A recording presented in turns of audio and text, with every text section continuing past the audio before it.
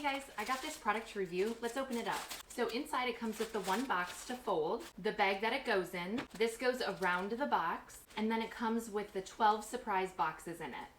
Now in each surprise box there is a rubber band which gives it that bouncing effect so that when the box is open, the money in the boxes are going to explode. Let's put it together.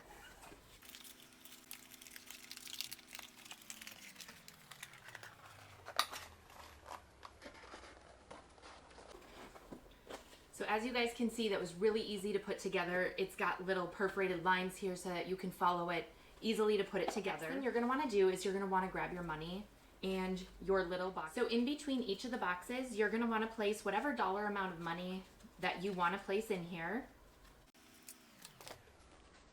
So you're just going to place the piece of money and then the box. The money and then the box.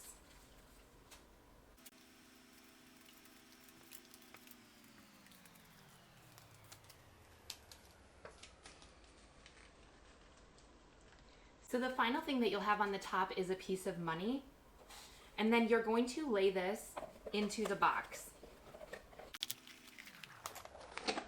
You're going to close your box up.